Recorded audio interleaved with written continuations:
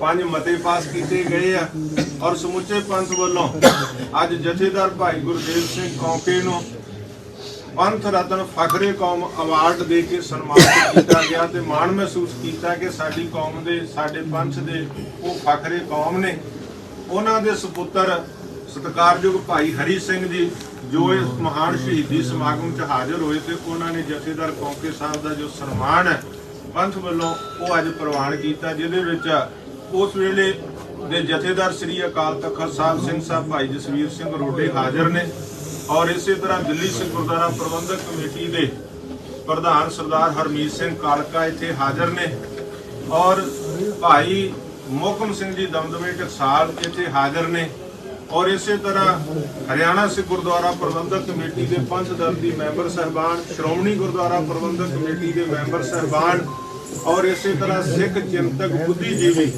Nihang Singh जथेबंदियां car सेवा वाले महापुरख और संत समाज के वड्डी गिणती जो महापुरुष ते संगतां इत्थे हाजिर ने जिन्हां ने अज महान शहीदी समागम जथेदार कौंके साहब का जिहड़ा इत्थे कीता।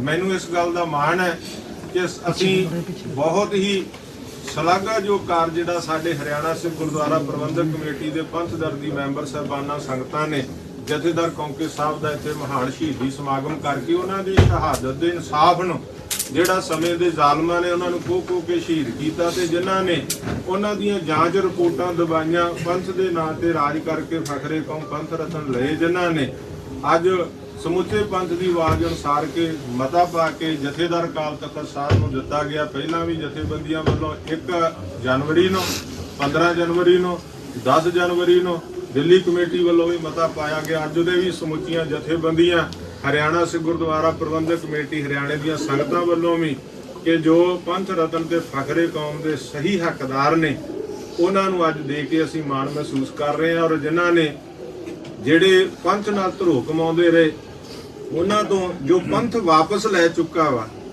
ऑफिशियली तौर पर जथेदार साहब भी उहदा ऐलान करन कि प्रकाश सिंह बादल पंथ रतन ते फखरे कौम नहीं है और इसलिए कानूनी लड़ाई नूं अगे लिजाया जाऊगा। धार्मिक तौर पर भी कानूनी तौर पर भी जथेदार साहब का जिहड़ा शहीदी का जो उन्हां दे कातलां नूं सजावां दवा के इंसाफ लैण दी जिहड़ी लहर अगे शुरू कीती गई आउण वाले दिनां 'च जो प्रोग्राम ने वो सिंह साहब भाई जसवीर सिंह रोडे और दिल्ली कमेटी के प्रधान सरदार कालका साहब भाई मोहकम सिंह सारे जिहड़ा वो दसणगे। मीडिया का बहुत धन्नवाद है जिन्होंने अज गुरुद्वारा नाडा साहब विखे पुजणा कीता और सारियां संगतां दे तक अज दे शहीदी समागम नूं पहुंचाउणा कीता। मैं बेनती करदा सिंह साहब भाई जसवीर सिंह रोडे नूं बरीक कर। वाहिगुरू जी का खालसा वाहिगुरू जी की फतेह। जथेदार बाबा बलजीत सिंह होना ने विस्तार से सारा प्रोग्राम दस दिता है। ये जी पंथ की लड़ाई है ये 2 तरह की है। एक कानूनी लड़ाई है जिहदे वास्ते दिल्ली सिख गुरुद्वारा प्रबंधक कमेटी ने 5 वकीलों का पैनल तैयार किया है। इस तरह श्रोमणी गुरुद्वारा प्रबंधक कमेटी ने भी वकीलों का एक पैनल तैयार किया। ये कानूनी लड़ाई वास्ते है। दूजी एक पंथक लड़ाई जिहड़े अकाल तख्त साहब को जिहड़ी सानूं सेध मिलनी है जिहड़े अकाल तख्त के आदेश होंदे आ उन्हां दे प्रति भी जो एक सेध लैण वास्ते पंथ का काफला तुरिया क्योंकि पिछले दिनों में जथेदार श्री अकाल तख्त साहबान सियासी लोगों के प्रभाव थले गलत फैसले लेंदे ने जिवें सिरसे वाले साध नूं क्लीन चिट देती सी ते मुड़ के वापस लैनी पई। इस तरह ही सरदार प्रकाश सिंह बादल नूं फखरे कौम अवार्ड दे दिता जिन्हें शहीद जथेदार भाई गुरदेव सिंह कौंके की शहीदी की तशद्दुद की दुखों भरी सारी कहानी की रिपोर्ट दबा के रखी। पंथ नाल जिहड़ा इंसाफ करना सी वो बेइंसाफी की बल्कि उन्होंने लोगों ने खड़ के जिन्होंने लोगों ने जथेदार साहब से तशद्दुद किया उन्होंने तरक्कियां दित्तियां उन्होंने मुंडियां नूं भर्ती किया उन्होंने कई तरह दी फैसिलिटियां दित्तियां। ये हुण पंथ लड़ाई लड़ रहा है कि असल फखरे कौम का हकदार कौन है। जिवें अज जथेदार श्री अकाल तख्त साहब सिंह साहब भाई कौंके नूं ये अवार्ड दिता गया है पंथ रतन ते फखरे कौम का। ये दुनिया दसेगी संगत दसेगी कि ये फैसला किस ढंग के नाल असीं लिया है ਤੇ ਇਹਦਾ ਹੱਕਦਾਰ ਅਸਲੀਅਤ ਦੇ ਵਿੱਚ ਜਥੇਦਾਰ ਸਿੰਘ ਸਾਹਿਬ ਭਾਈ ਗੁਰਦੇਵ ਸਿੰਘ ਕੌਂਕੇ ਹੈ।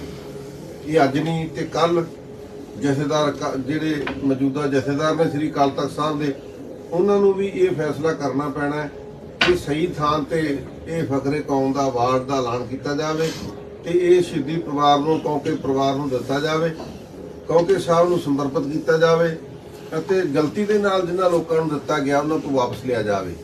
ਕਿਉਂਕਿ ਨਹੀਂ ਤੇ ਜਦੋਂ ਵੀ ਕੋਈ ਪੰਥ ਪ੍ਰਸਤ, ਕੋਈ ਗੁਰੂ ਦੇ ਭੈ ਭਾਵਨੀ ਵਾਲੇ ਰਹਿਤਮਾਨ ਗੁਰੂ ਕੇ ਸਿੱਖ ਇਹ ਸੇਵਾ ਚਾਹਣਗੇ, ਉਹਨਾਂ ਨੇ ਤਾਂ ਫਿਰ ਇਹ ਕਾਰਜਕਾਰੀ ਲੈਣਾ। ਇਸ ਕਰਕੇ ਅਸੀਂ ਸਮਾਂ ਰਹਿੰਦੇ ਸੁਚੇਤ ਕਰਦੇ ਹਾਂ।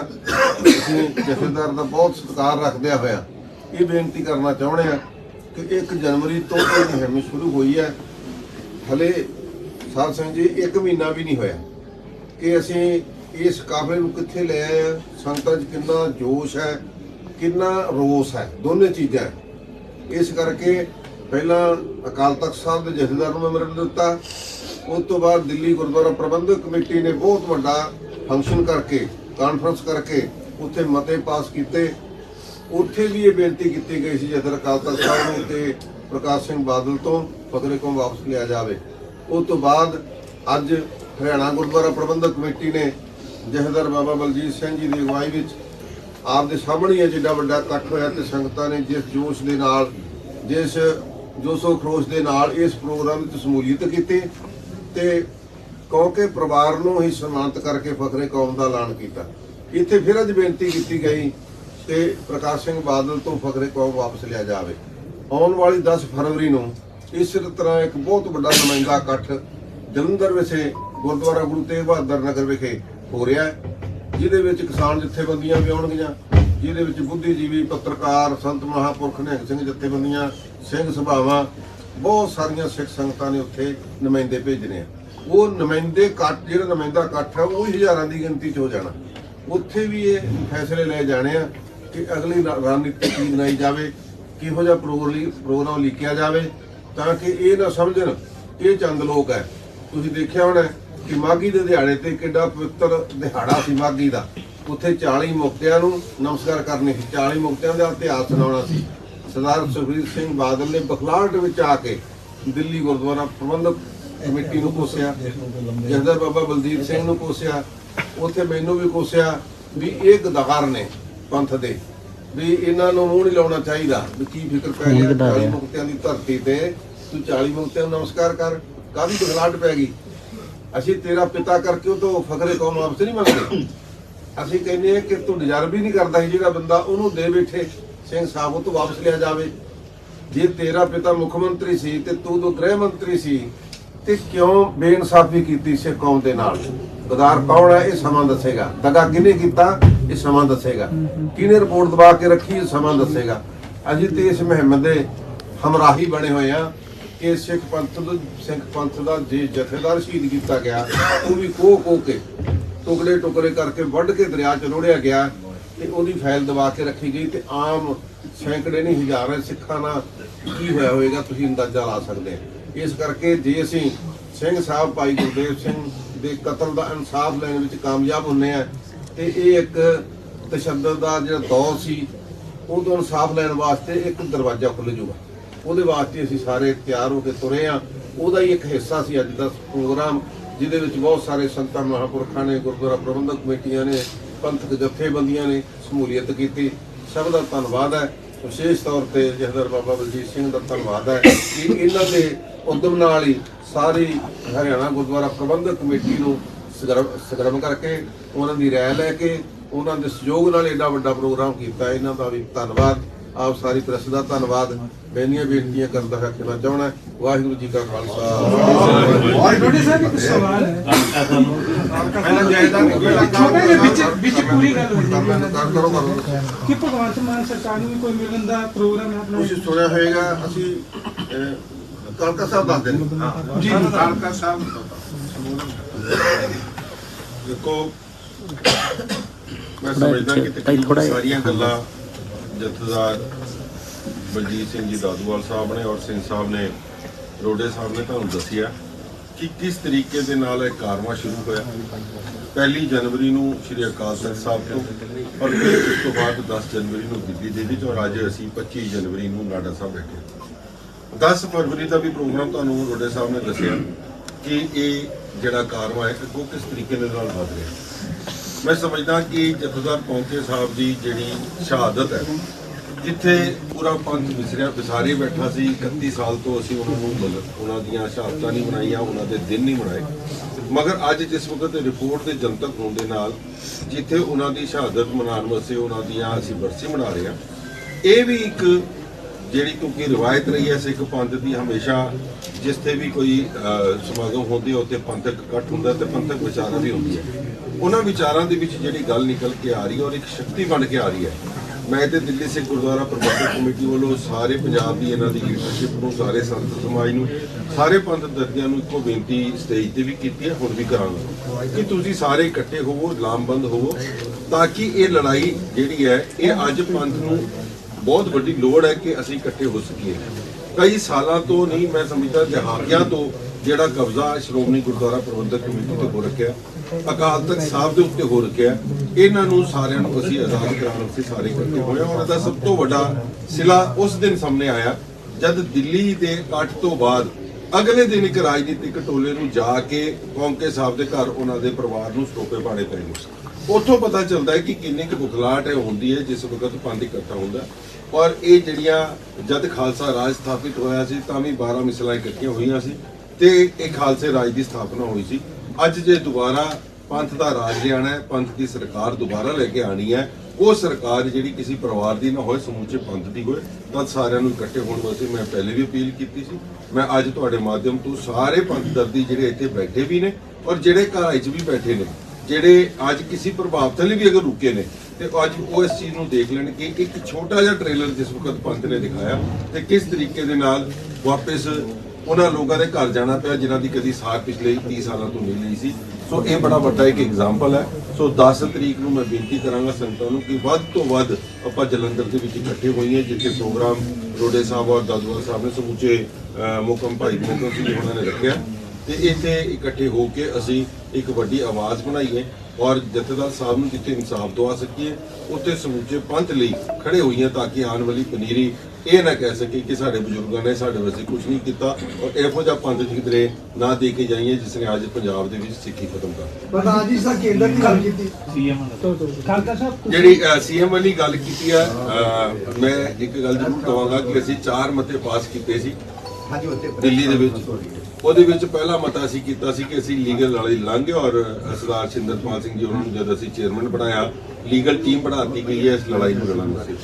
ਦੂਜੀ ਗੱਲ ਕੀਤੀ ਸੀ ਕਿ ਅਸੀਂ ਸੀਐਮ ਭਗਵੰਤ ਮਾਨ ਨੂੰ ਮਿਲਾਂਗੇ ਔਰ ਉਹਨਾਂ ਦਾ ਅਸੀਂ 29 ਤਰੀਕ ਨੂੰ ਸੋਮਵਾਰ ਨੂੰ ਜਿਹੜਾ ਦੁਪਹਿਰ ਦਾ ਸਮਾਂ ਹੋਇਆ ਚੰਡੀਗੜ੍ਹ ਉਹਨਾਂ ਦੇ ਗ੍ਰਹਿ ਵਿਖੇ ਉਹ ਮੁਕਰਰ ਹੋ ਗਿਆ ਔਰ ਉੱਥੇ ਵੀ ਇਹ ਡੈਲੀਗੇਸ਼ਨ ਜਿਹਨਾਂ ਦੀ ਵੀ ਡਿਊਟੀ ਸਿੰਘ ਸਾਹਿਬ ਲਾਣਗੇ ਉਹ ਡੈਲੀਗੇਸ਼ਨ ਜ਼ਰੂਰ ਉੱਥੇ ਜਾਏਗਾ।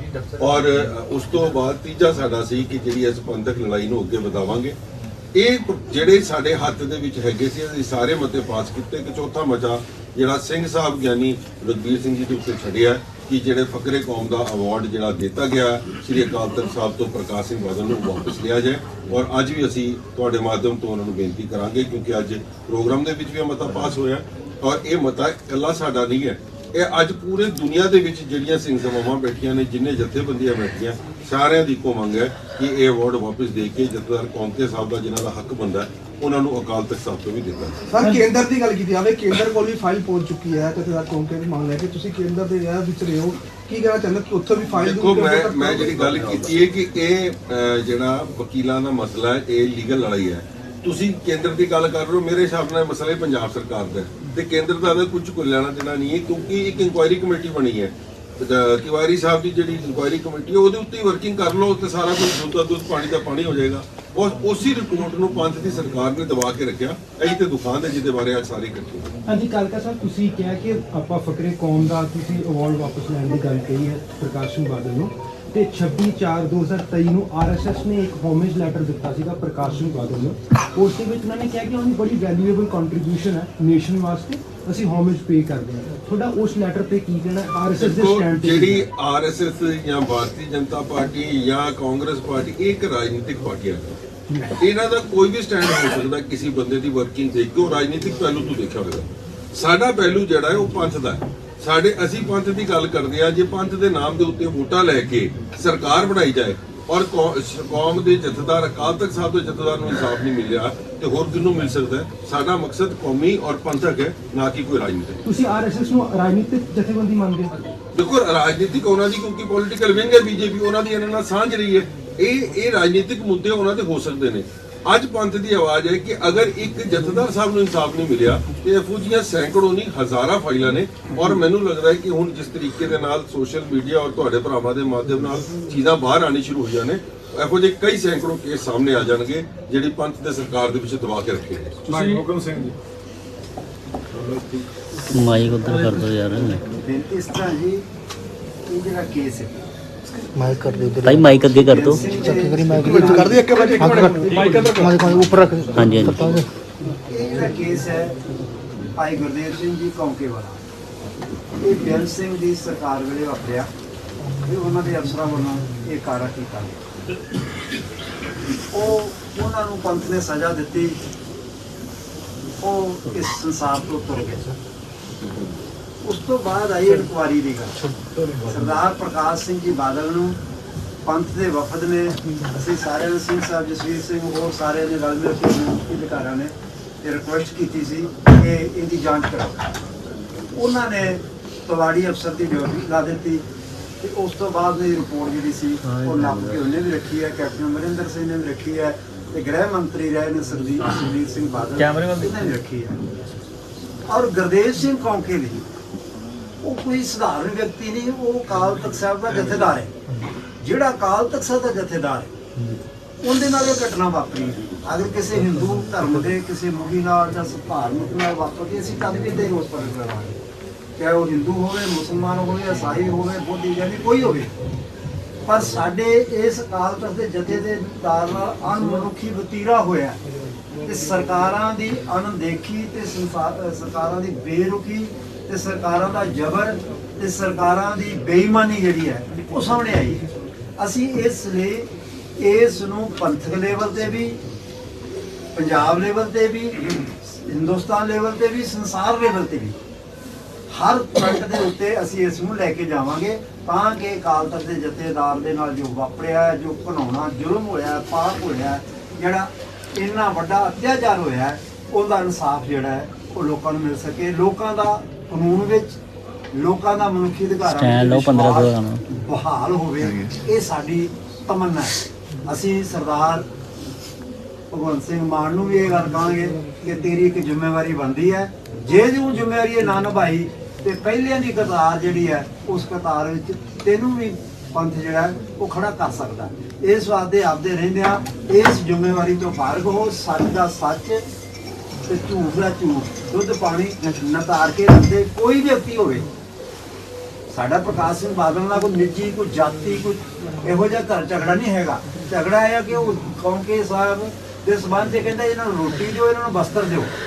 ਇਹ ਕਿਉਂ ਨਹੀਂ ਕਹਿੰਦਾ ਇਹਨਾਂ ਨੂੰ ਰਿਹਾ ਕਰੋ? ਪੰਥ ਦਾ ਲੀਡਰ ਹੈ ਉਹ ਕਿਉਂ ਨਹੀਂ ਕਹਿੰਦਾ ਇਹਨੂੰ ਰਿਹਾ ਕਰੋ, ਮੈਂ ਜ਼ਿੰਮੇਵਾਰ ਹਾਂ।